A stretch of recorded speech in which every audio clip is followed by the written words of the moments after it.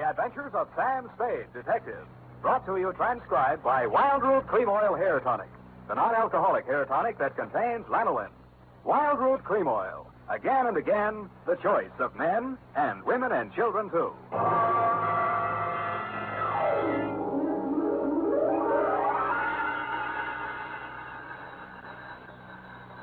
Sam Spade Detective Agency. Me, sweetheart.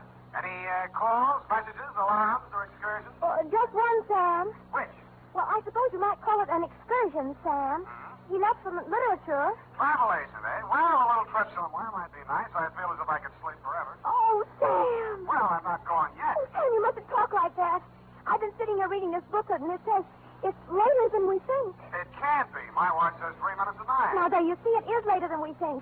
I was slow, too, till I said it by the radio. Well, pick it up and set it in your favorite chair. I'll be right down to dictate my report on the overjord caper, or Nephew's Folly, or Who Put the Corpse in the Murphy Bed. What?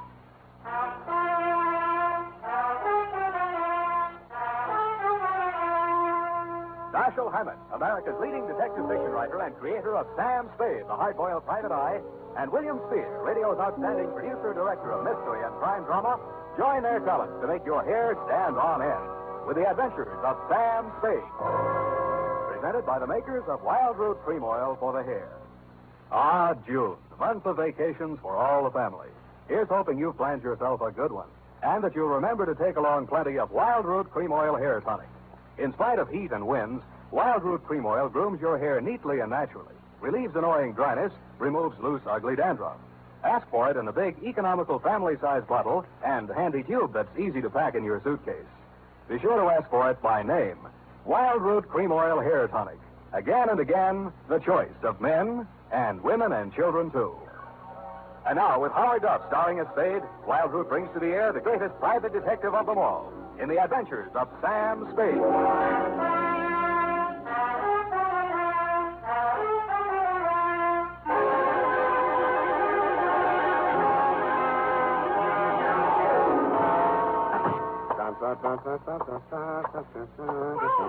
You poor darling. Don't say that word again, Effie. I didn't mean in a financial sense, you darling. There you go again. I meant we poor mortals, as it must to all men, Sam.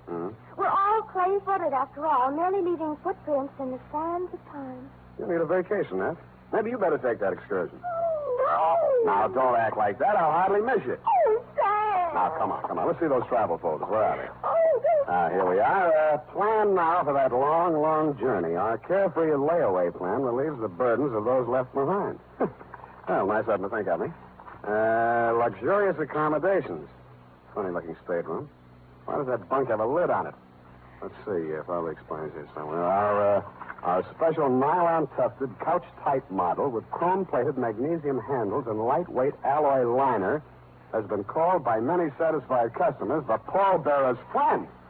Well, if only... Who brought this into my office? his name was Converse Etheridge. What? He's with the Dardanella Mortuary. Don't mention his name in my presence. That man has no live friend. Now, Sam, don't be too rash on him. After all, it's his living. He is a worm in the apple of contentment, a roadblock in the highway of life, a meter in the taxicab of happiness. Are you ready, Sam? No! I already have the date, Sam. To whom is this addressed to? To Mrs. Joy Overjord. No, you better make that George Overjoyed. Mrs. I'll make up your mind, Sam. I said Mrs. Yes, Sam. But is it Boy Overboard? Joy Overjoyed? Or is it, It is Judge Overboard. Now, wait a minute. Just let me get this straight, Sam. I have Judge Jones. Mrs. Oh. Well, to avoid any further confusion, Sam, wouldn't it be just as clear to address it as Mrs. O.G. Judge? The name is not Judge F. It's Overgorge. George. Now, wait a minute, Sam. Now, wait a minute. Just let's be very, very quiet for just a minute. Now, look here. I won't have you putting the blame on... Now, wait a minute. All right. Mrs. George Overjord. Hyphen. If it'll make you happy, F. Thank you, Sam. From, Yes, Sam. License number 137596. That you can get. Subject, your jewelry. Dear Mrs. Overjord. Enclosed, you will find my statement for services rendered, which you will no doubt be as surprised to receive as I am to be sending it. It started, as such things often do, with that curse of civilization, that broken spring in the couch of privacy, the telephone. Yes? Mr. Spade? Speaking? This is Mrs. George Overjord. Hmm? That's Overjord. I have it. I'm staying at the Hotel Belvedere, Mrs. Spade. Mr. Stover, the house detective, was good enough to recommend you. Oh, then he's good for something. I beg your pardon? A good friend of mine, Mr. Stover. And what was it you had in mind, Mrs. Overjoyed? George. But you're warm. That's my first name. I beg your pardon. George. Oh, I got it wrong. When you spelled it out, I thought... I think you better come over here right away, Mrs. Spade. I have a rather serious problem to place before you. These little details can wait. Of course. And come right up. I'm in room 315.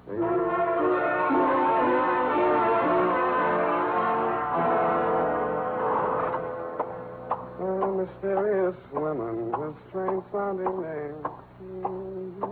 Blow the man down. 315. 315. It's better. Knock. Who's there? Mr. Spade. Just a moment. Come in. Oh, pardon me. Come on in, Mr. Spade. Whatever you say. Sit over here, won't you, please? Oh, yeah, sure. I'll just bring this... Oh, don't bother with the chair. I'll make room here. Oh. Thanks. Here. Now. Isn't that nice? Yeah. Oh, don't worry about George. He's on a gray line tour and won't be back for hours. George? Yes, poor dear, he's my husband. Oh, well, Mrs. Overjoyed... You're sweet. Call me George. I feel that since you're a detective, you'll know my secret sooner or later. So why hide anything? Well, what are these? Feathers? Tickle. Sort of. No. Now listen, Sam. To begin with, my husband must never know. Yeah, well, all right then, yeah. About the jewels. Oh. You see, he gave me the money for a floater policy on the necklace, and I was naughty. You were. I sank it in a wild mood. Sam, are you listening? Yeah. Mm-hmm. Sure, yeah. You sank somebody's mink. Tell me, why did you want to do it for the next time? No, Sam. I sank the floater. So now it isn't insured and it's gone. Ran away, huh? Not the mink, Sam, the necklace. What shall I do? Yeah. It was $30,000. At least. But what about your husband? He'll be awfully angry. He's an absolute bug on insurance. And he'd be very upset if he knew I was not fully covered. What time did you say that gray line bus gets back? Sam, we just can't while away precious hours. We've got to find that necklace. My husband... Oh, darling, you're not comfy. My husband... Who? What? But, darling, George Overjord is the richest man in the state of Wisconsin. He'd be very hard to replace. You're absolutely right. Husbands should be kept in that place. Sam, if you don't take more interest in this problem, I just have to get another detective. Huh? Oh, no. Hey, don't do that. Now, what?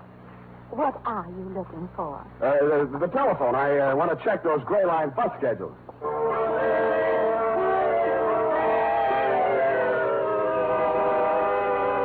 Around 5 in the p.m., after we phoned room service with some sandwiches and a pitcher of martinis, I got my assignment. It seemed that the hotel thief who had made off with the necklace had been surprised red-handed and had dropped the rest of the swag, valued at around $100,000, while making his getaway. My problem was to recover the necklace before, quote, George, unquote, tried to put in a claim on it and found out it hadn't been insured.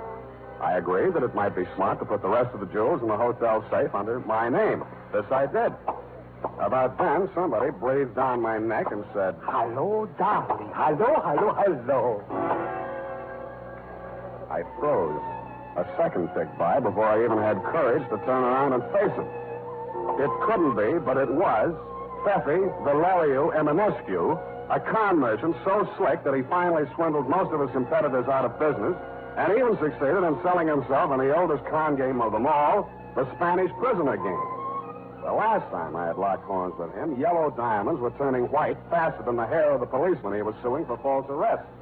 Pepe's hair was still very black and very oily, and the big smile he wore was very white and very oily. Sam, darling, do not look so shameful. I am angry on you. You're not angry on me. You can fool with part of the people some other time, but you can't fool Fatty for long. You did a trick on me to lure me out from San Francisco. A gold mine, you promised me. A gold brick mine. But you see, I am humorous. I don't hate you. In fact, I am contrary. You are. And just to prove that I have no harbor of hard fooling with you, listen. What do you think of this one? Never mind. We buy a printing press. And what are we pressing? Your luck. No. Tickets. Vouchers on the Romanian National Lottery. Vouchers? Vouchers. With the Iron Curtain, darling, who could see through it? Pepe, darling, where are you staying temporarily? I am a guest on this hotel. I'm sure of that. May I inquire which room the management is losing money on this time? I think I changed. The neighbors have got noise. 317? Also the plumbing. 313? Stop beating around these bushes. What have you caught me doing? Come on, let's have a look at your room.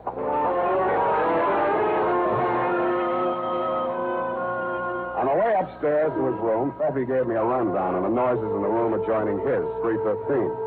On one occasion, according to his story, he'd heard a woman scream, but the rest of it was all in Norwegian. According to him, overjord was a Norwegian name. But all the same, it sounded fishy, and I don't mean lutefisk. When I gave him a rundown on the missing overjord necklace, he threw up his hands in anguish and said, Oh, Sam, darling, I think we'd better have a couple of drinks and talk over this. Sit down, Pepe. Aren't we thirsty? No. Look, Pepe, how did those Jimmy marks get on that connecting door? Jimmy, now I see it. Not only do those Norwegians have noses, they have bad habits. And this a client from you. Pepe, why would the overjords break into their own room from this side of the connecting door? Don't interrupt me. I am thinking. Where does that door lead? To the bed. A bedroom? Don't speak on it. Don't go near it. What's in there? A Murphy. Let's have a look. Sam, darling, I don't want you to get hurt. Pepe, are you threatening me? Worse, I am warning you. That makes it easier. Sam, darling, don't. Remember Pando? Oh, be quiet.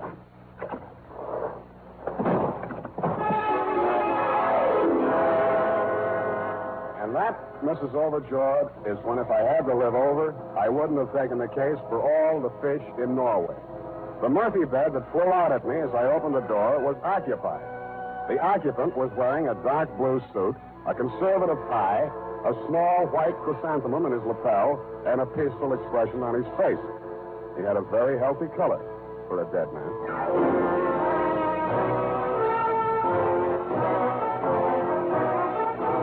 The makers of Wild Root Cream Oil are presenting the weekly Sunday adventure of Dashiell Hammett's famous private detective, Sam Spade. Tonight, for the first time, Wild Root announces a big double bargain combination package to introduce amazing new Wild Root Liquid Cream Shampoo. Here it is. You'll get a 60-cent bottle of exciting new Wild Root Liquid Cream Shampoo, plus a 60-cent bottle of famous Wild Root Cream Oil Hair Tonic. A $1.20 value for only 59 cents. It's a wonderful chance to get acquainted with brand new Wild Root Liquid Cream Shampoo. The shampoo that combines the best features of liquids and creams and soapless cleansing, plus soothing lanolin. A shampoo that leaves your hair beautifully clean, soft, radiant, easy to manage. Remember, this big double bargain combination package contains a 60-cent bottle of the popular new Wild Root Liquid Cream Shampoo, plus a 60-cent bottle of Wild Root Cream Oil Hair Tonic. A $1.20 value for only 59 cents. But the offer is limited, so don't miss out. Go to your drug or toilet goods counter today or tomorrow, sure, and ask for Wild Root's big double bargain combination package. A $1.20 value, only 59 cents.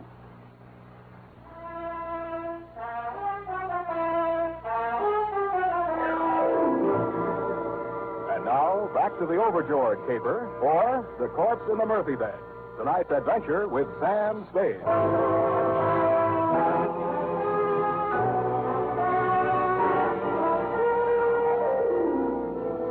As I stood there looking at that well-dressed corpse on the Murphy bed, I asked myself some leading questions. Who was he, for a start? Had my client's husband returned from his gray line bus store and stumbled into the wrong room? And then what was really my client's problem? To recover an uninsured necklace or get rid of an insured husband? And what was the function of Pfeffy? Was he an accomplice, a ghost, or a body snatcher? At that moment, he was in no condition to tell me because he had fainted dead away. When I had revived him... Where are I? In a bad spot, Pfeffy. Now stop clowning and try to make sense. Make sense? Why not? You never saw a man so sensitive. But frankly, I am discouraged. Help me up. Now look, Pfeffy. I am looking. You realize what means that joker who's finally resting on my morphine? I will be deported to Bucharest. You should be so lucky. Lucky? A Romanian in Romania? At the mercies of thieves, gypsies, and Hungarians? Okay, Pfeffy, you don't want to go home. I do. The ticket for both of us is my client's missing necklace. Did you swipe it? Necklace? Who necklace? Darling, talk about him and I listen. Don't worry about that stiff. He'll keep. What about I? He is comfortable. But where will I sleep? In another city, if you're smart. Now, don't bother to check out. Just drop your bags out the window, hang the Do Not Disturb sign on the door, and dissolve. That should give you about a 24 hours head start. But that would be dishonest. I know, but it's a sacrifice you have to make. Okay. Here. Take the necklace. That's better. And you better take my advice, Pfeffy. Start packing. Like I told you, that corpse is in good shape, but you're not.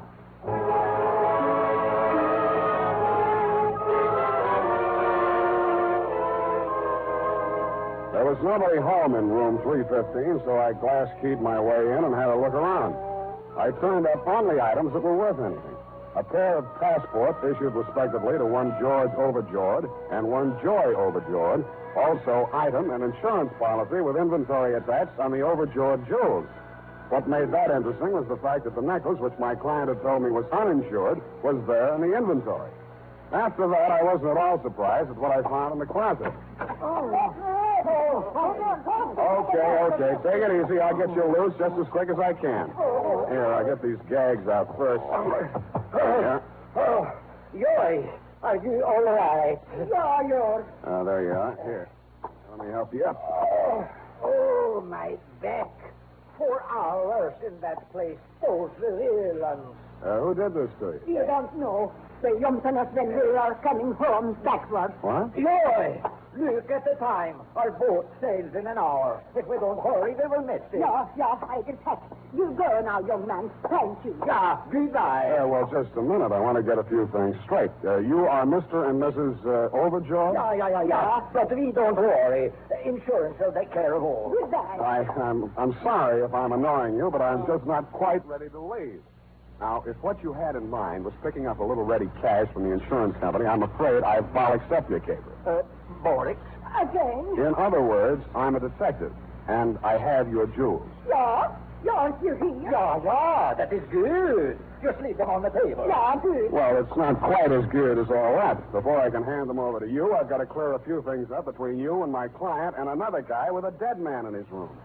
We don't know any dead man. Not in California. We are from old country.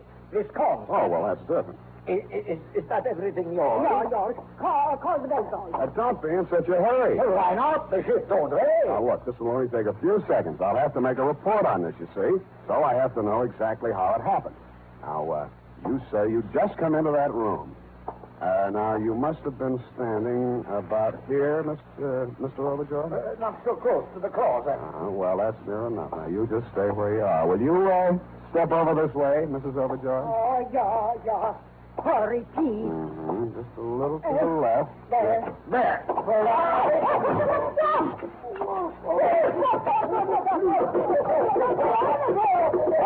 Shut up. I want you to answer for bad dialect. Oh. I thought that would do it. Good. And now to meet the troll. Just a moment. Oh, it's you, Sam. Mm-hmm. I thought I heard voices next door. I was afraid to go barging in. Where have you been, darling? A most wonderful thing has happened. Hmm? My husband left me. He never came back from that gray line tour. That might be because he never went. Oh, sit down, darling. There's something I must tell you. Yeah, but you sit there and I'll sit here. Darling, you changed. It makes it so difficult, this gulf between us. Joy, if I may call you Joy, we must face it. We live in different worlds. It can never be. Cigarette? I understand. But there's no reason we can't meet occasionally and remain good friends. Sure, I'll come to see you on visiting day. Sam, I'm afraid you're making a terrible mistake. Well, I made that when I took you at face value. Your name may be Joy, sweetheart, but you are not overjoyed. Who are you? Darling, doesn't matter. But I rather like Joy. I think I'll keep it. Yeah, okay, suit yourself. How does Feffy fit into this caper? Oh, Sam, darling, it's terrible the way that man deceived me. I should have known he wasn't a Norwegian. Well, don't feel too bad about that. He thinks he's Romanian. He told me his name was Overjord and that it would be all right for me to stay here because his parents were in the adjoining room. Now, let's get this straight. Feffy checked into room 313. The Overjords were here. I take it you were in 317, all with connecting doors. Sort of a fences movement, shall we say.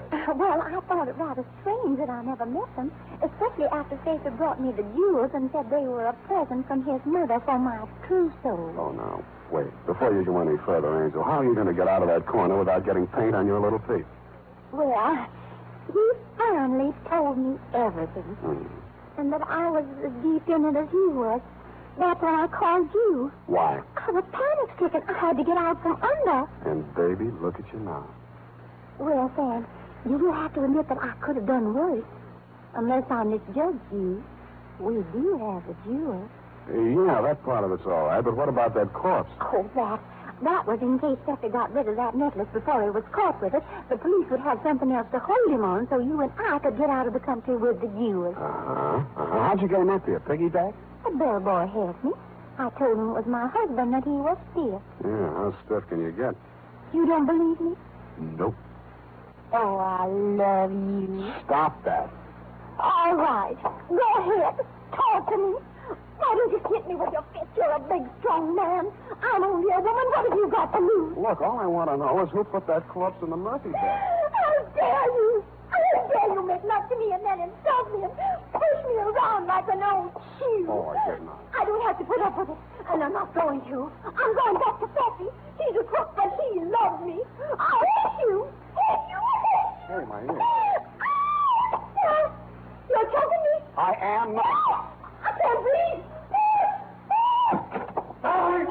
Darling, what are they doing to you?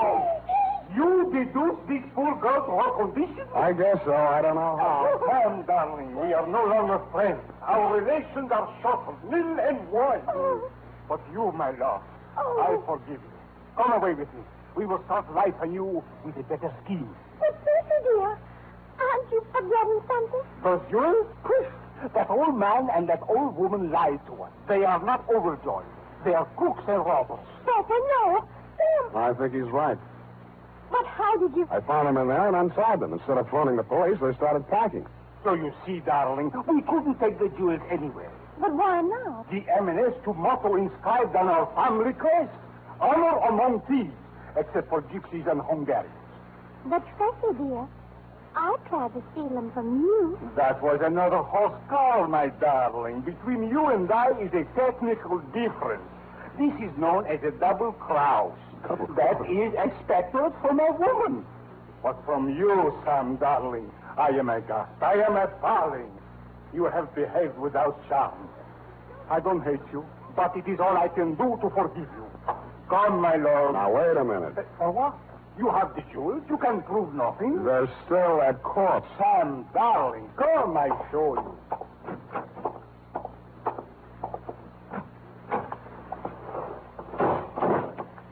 You see?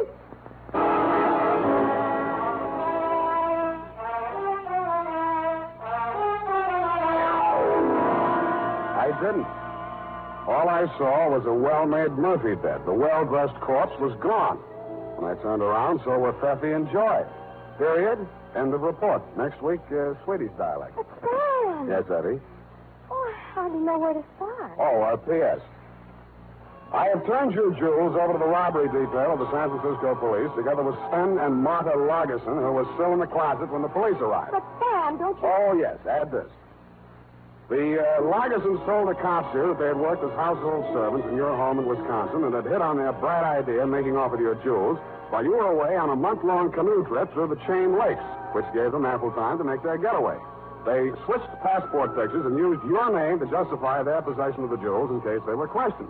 That, plus the insurance policy, complete with inventory, was good enough to fool even the nefarious Effie. But, Sam... One question, Effie, no more. But if it's about that corpse, save your breath. Oh. Go type that up, Angel. I'm still working on it.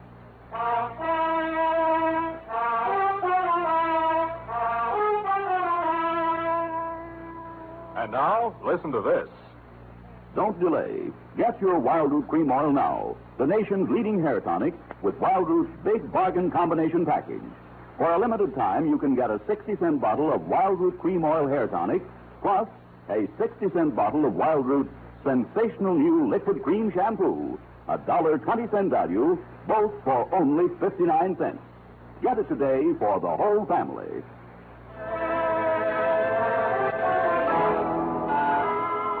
Well, here it is, Sam.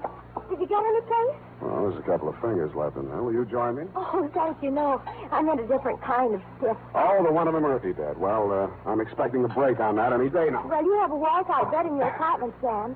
And a similar proximity will inspire you to greater mental thought. Please, I won't sleep a wink. That's just what Mr. Etheridge said.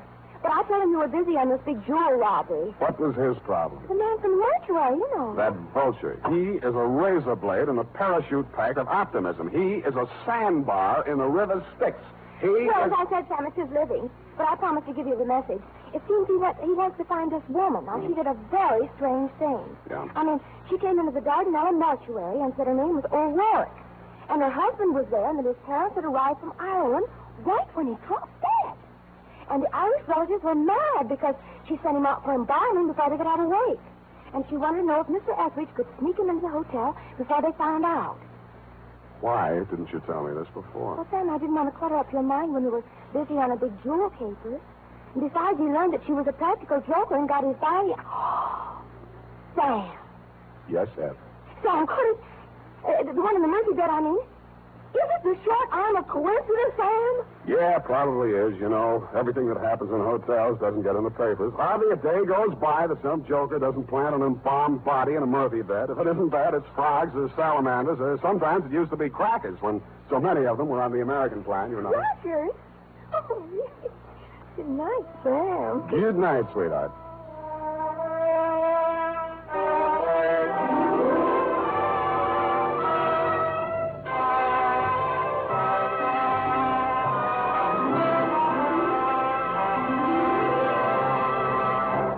The Adventures of Sam Spade, Dashiell Hammett's famous private detective, are produced and directed by William Spear. Sam Spade is played by Howard Duff. Lorene Tuttle is Effie. The Adventures of Sam Spade are written for radio by Bob Tallman and Gil Dowd. Musical direction by Lud Gluskin, with score composed by Renee and Pierre Garrigank. Join us again next Sunday when author Dashiell Hammett and producer William Spear join forces for another adventure with Sam Spade. Brought to you transcribed by Wild Root Cream Oil. Again and again, the choice of men and women and children, too. This is Dick Joy reminding you to... Get Wild Root Cream Oil, Charlie. It keeps your hair in trim. You see, it's non-alcoholic, Charlie. It's made with soothing lanolin. You better get Wild Root Cream Oil, Charlie. Start using it today. You'll find that you will have a tough time, Charlie. Keeping all the gals away. Hiya, Baldy. Get Wild Root right away.